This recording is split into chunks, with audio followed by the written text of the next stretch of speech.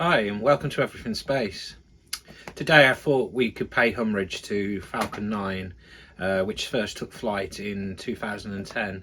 So decided I'd 3D print the Falcon 9. Now I have got a disclaimer to make that the files I'm using are from a gentleman called Anthony Williams from Johannesburg in South Africa. As I say, these STL files belong to him. I will put a link in the description so that you guys can access these files and print the Falcon 9 yourself. Let's get into this.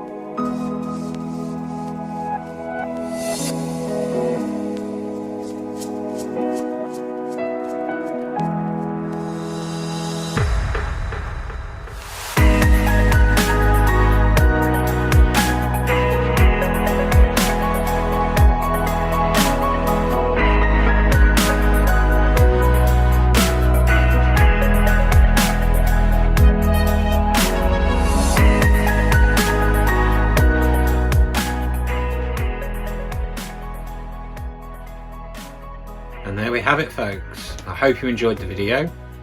Anyway, please like and subscribe. Until next time, goodbye.